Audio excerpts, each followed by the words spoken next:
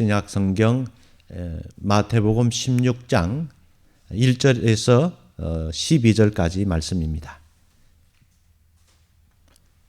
마태복음 16장 1절 말씀부터 제가 봉독해 드리겠습니다.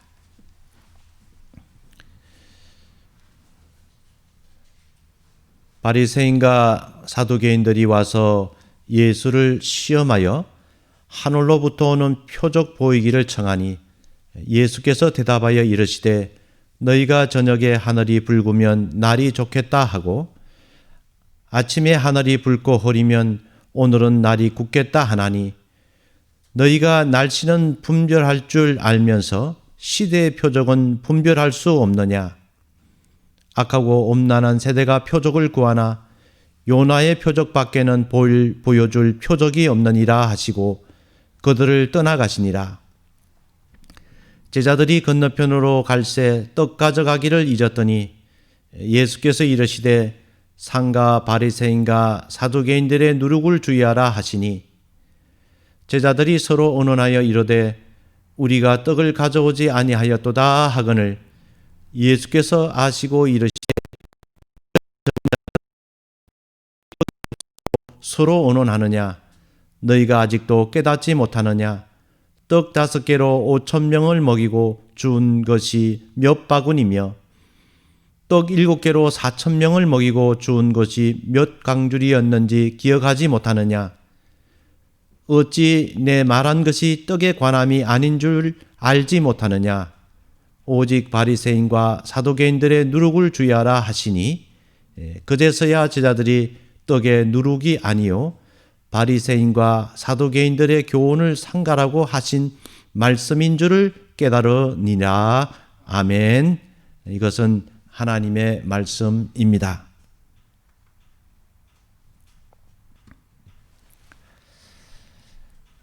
나이 77세에 탁구를 즐기는 어느 할머니의 얘기가 어제 신문에 소개된 바가 있습니다.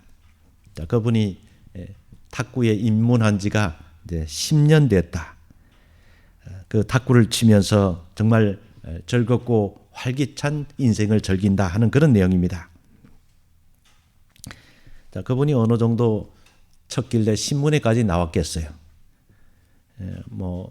요즘 한국에서 생활 체육해서 각종 대회가 있는데 대회에 나갈 정도로 적어도 대회 나가면 그래도 어느 정도 잘한다 소리 들을 정도로 그렇게 탁구 실력을 인정받는다고 합니다. 그분이 본래 젊었을 때부터 이 운동을 해온 분이 아니에요. 그냥 우연히 노인복지관에 그 풍물 놀이를 배우려고 갔다가 자기 자리를 기다리고 있는데 같은 층에 탁구 교실이 있어 사람들이 탁구를 치더란 겁니다. 그래서 기다리면서 뭐 하나 이렇게 보고 있는데 그 안에 어떤 분이 좀 들어오라고 그래서 탁구 라켓을 주면서 한번 쳐보세요. 이제 그게 이제 그분의 삶을 완전히 바꿔놓았어요. 그렇게 해서 탁구를 시작했는데 재미가 있었다는 것입니다. 건강을 위해서 탁구를 시작했는데 하루에 3시간 이상씩 탁구를 치며 즐긴다는 겁니다. 그래서 그분이 굉장히 건강해졌어요. 노안이 있어서 떡볶이를 끼고 이렇게 신문을 읽었는데 탁구를 치다 보니까 눈이 좋아졌대요. 떡볶이를 벗었다고 합니다. 제대로 예측하고 계획을 세우면 장수는 선물이라는 그런 말을 합니다. 자, 우리 인간이 노아의 가정이 오는 것은 어쩔 수 없어요. 아무도 막을 수 없습니다. 근데 건강하게 늙어갈 수 있다면 삶의 질이 달라지겠지요. 이것을 위해서 준비하는 것이 참 지혜로운 것입니다. 제가 아주 젊었을 때에 그 빌 게이츠가 쓴 미래로 가는 길이라는 책을 읽고 깊은 인상을 받은 적이 있습니다. 하도 오래전의 일이라 제가 세부적인 내용은 잘 기억할 수가 없어요. 이제 기억하는 것은 미래 사회는 바뀔 것이다. 정보 고속도로, 인포메이션 고속도로가 생겨서 모든 일들이 그런 네트워크를 통해서 정보를 교환하는 이런 시대가 올 것이다.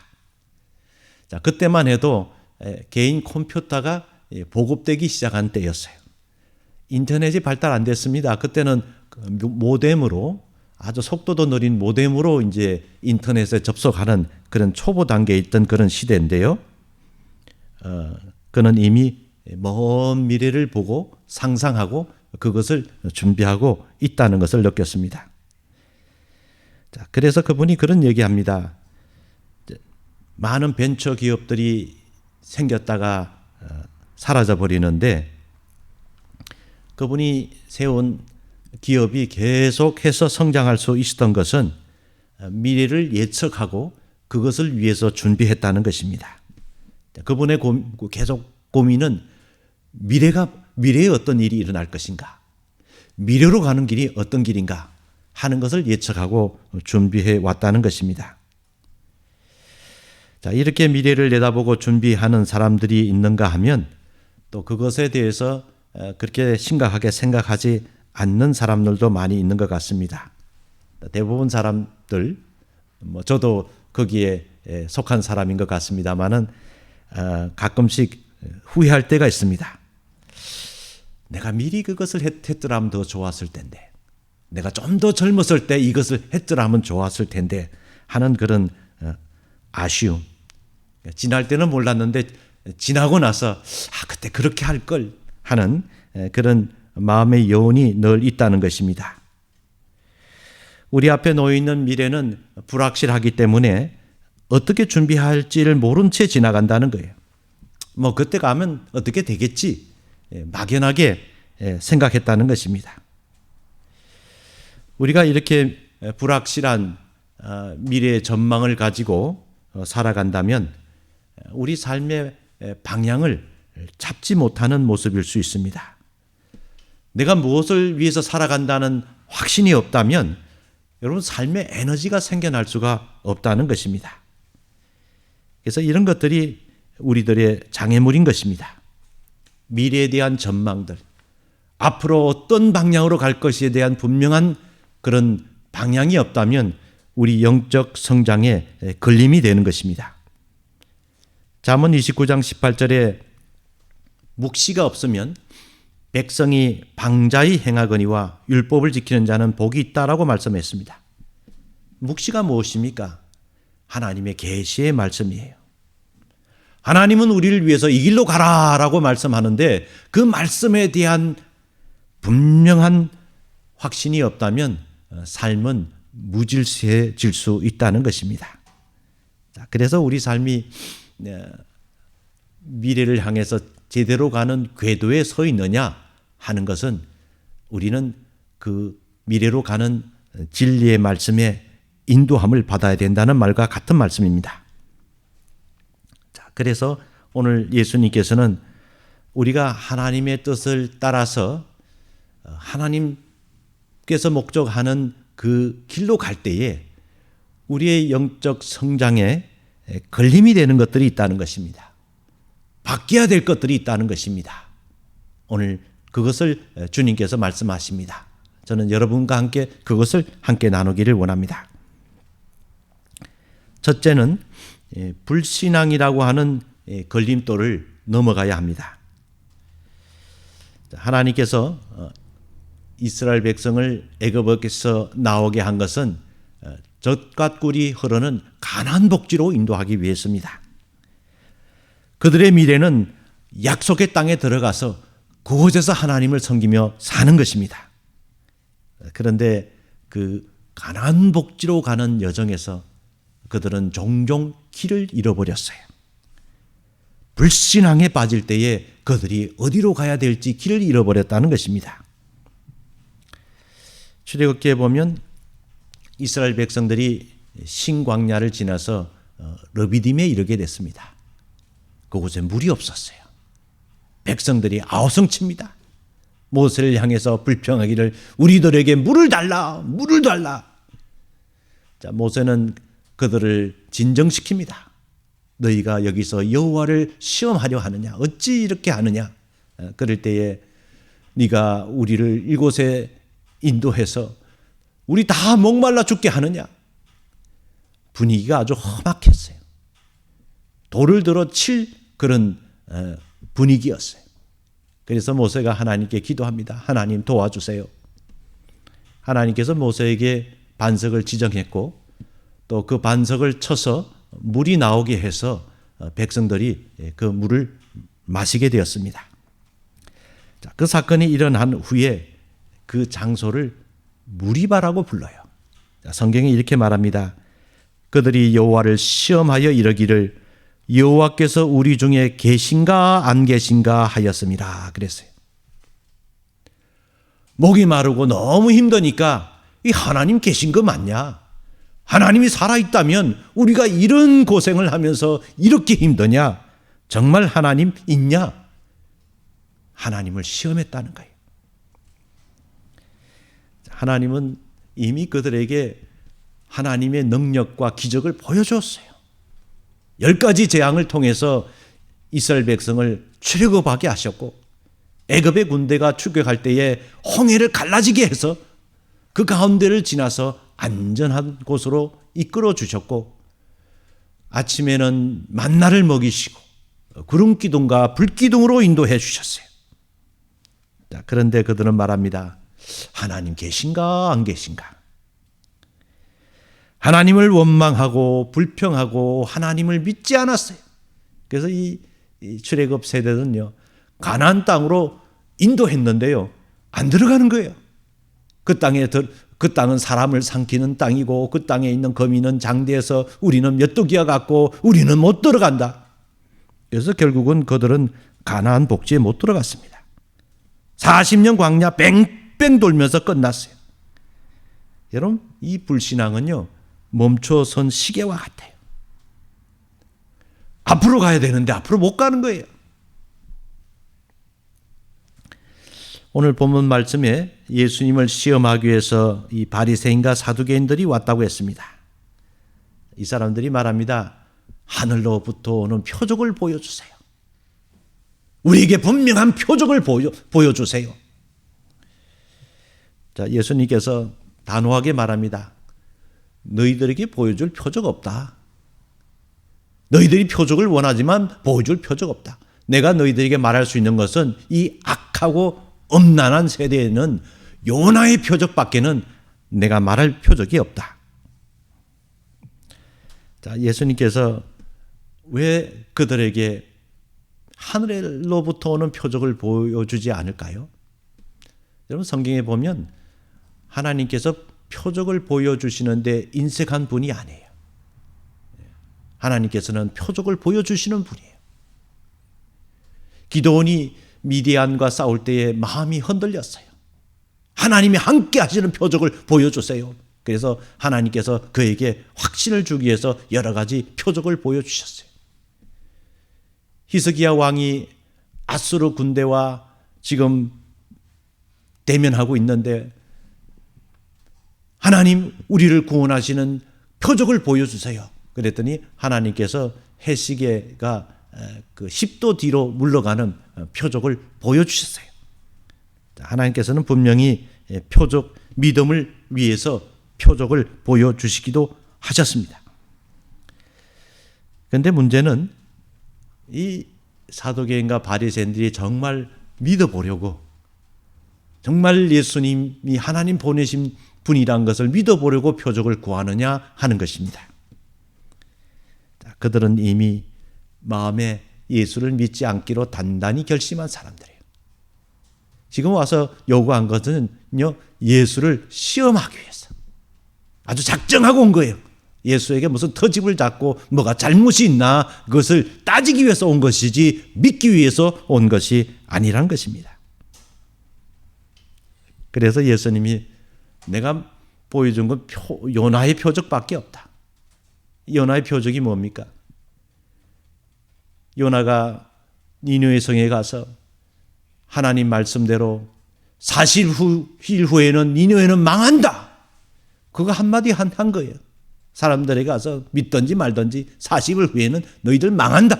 그랬더니 왕으로부터 일반 백성의 일까지 다 베옷을 입고 회개하면서 하나님을 믿고 돌아왔다고 말씀하고 있어요. 그들에게 표적을 보여준 것입니까?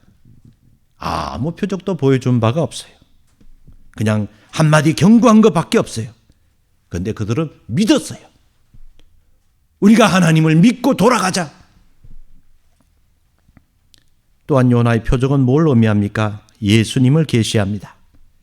마태복음 12장 40절에 보면 요나가 밤낮 사흘 동안 큰 물고기 뱃속에 있었던 것 같이 인자도 밤낮 사흘 동안 땅속에 있으리라.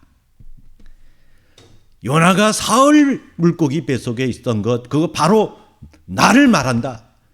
내가 죽었다가 다시 사흘 만에 부활할 것을 예표와 같이 말하는 것이다. 여러분, 요나의 표적은 예수님이에요. 내가 너희 앞에 있다. 나를 믿지 않으면 어찌 하나님의 말씀을 믿을 수 있겠느냐는 것이에요. 그들은 마음이 완고하고 그들의 종교 전통에 갇혀서 예수님을 보지 못한 거예요. 그들의 위선적인 모습이 진리의 빛이 비춰도 그 진리의 빛을 받아들이지 못하는 모습이에요. 여러분, 우리에게도 회심이 필요해요. 익숙한 것에 매여서 하나님의 진리를 받아들이지 못할 때가 있어요.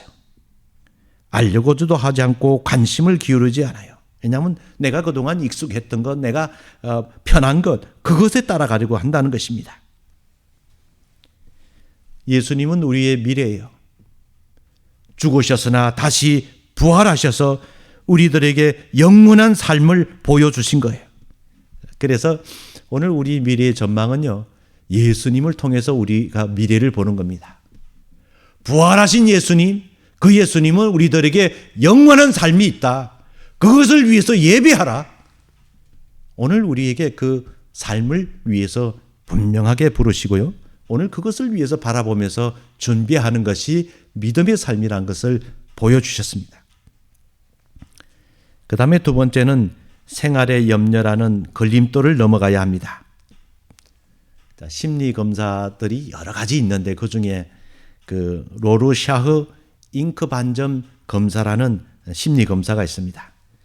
그게 어떻게 생기냐면 종이에다가 잉크를 탁 떠뜨려서 그걸 종이 반으로 탁 접어서 이렇게 탁 펴면 그 잉크의 얼룩진 모양이 나와요. 10가지 모양이 나오는데 이제 그거 가지고 심리 검사하는 겁니다. 이걸 보고 뭐가 생각나느냐, 뭐가 보이느냐 하면 사람들이 제각기 그 그림을 보고 얘기한대요. 근데 하는 얘기를 들어보면 다 자기 속에 있는 얘기들을 한대요. 자, 무늬 자체가 어떤 뜻이 있고 의미를 가지는 건 없어요.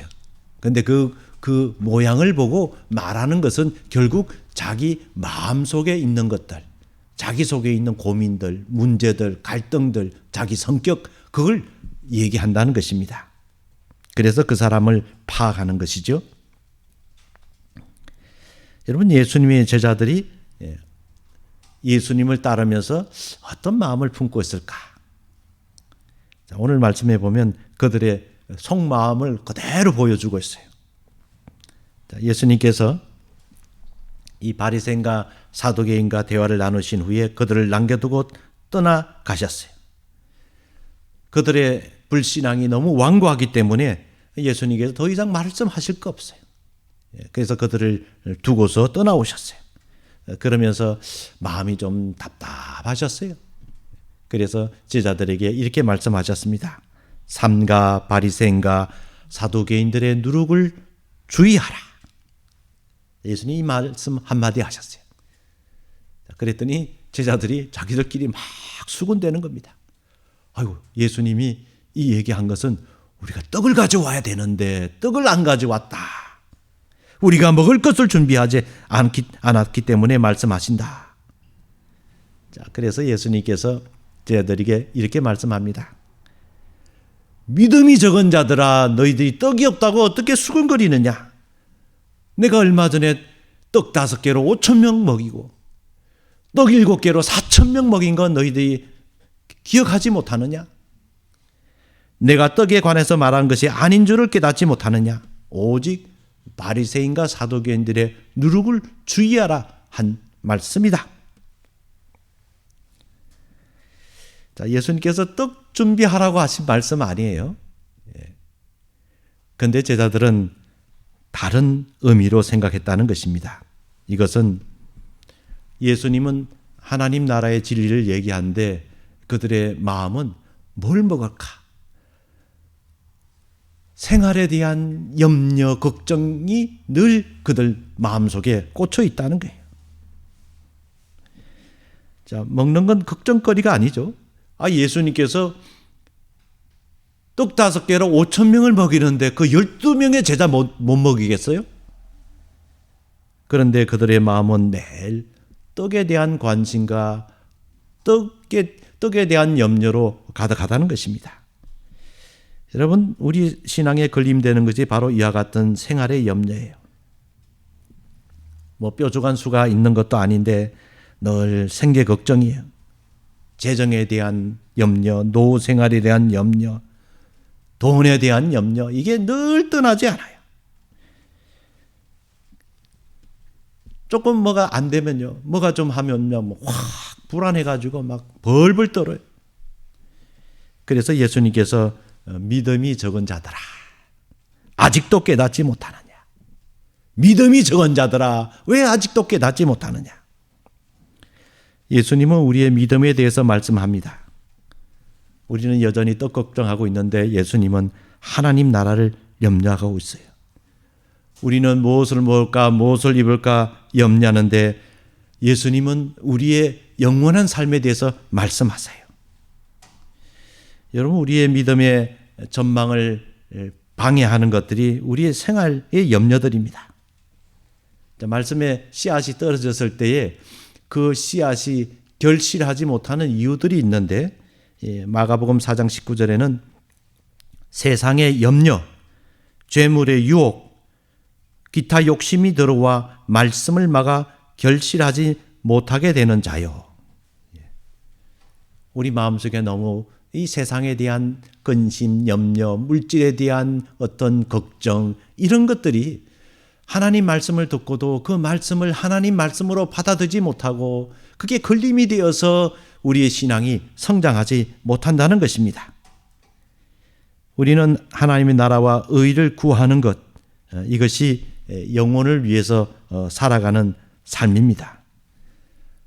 우리의 삶이 그냥 매일 먹을 거 걱정하면서 살면서 끝나는 인생이 아니라는 거예요. 우리를 위해서 주님께서는 영원한 삶을 우리에게 예비하셨고요.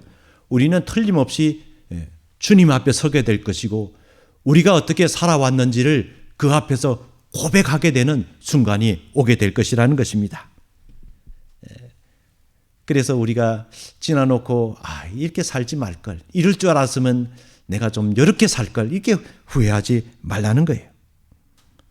오늘 주님은 우리의 인생이 보다 영원한 삶을 위해서 예배하는 인생이 되기를 원하고요. 그 길로 가는 길은 예수 그리스도를 믿고 예수 그리스도의 진리 안에서 행하는 삶이란 것을 오늘 우리에게 말씀하시는 것입니다. 이러한 말씀의 진리를 붙들고 날마다 그 말씀대로 살아가시는 우리 귀한 성도님 되시기를 간절히 축원합니다. 기도하겠습니다. 걸어가신 하나님, 오늘도 저희의 삶을 은혜로 인도하여 주시고 또 예수 그리스도를 믿는 믿음으로 섬기게 하심을 감사합니다. 저희들이 영적 성장하는 데 걸림이 되는 저희들의 안일한 마음과 물질에 대한 염려에서 벗어날 수 있게 도와주시고 예수님의 말씀이 진리의 말씀이고 이 말씀이 저희 영혼을 살리는 말씀인 것을 확실히 믿고 믿음으로 순종하는 저희들 되게 하여 주시옵소서. 우리 구주 예수님의 이름으로 기도하옵나이다. 아멘.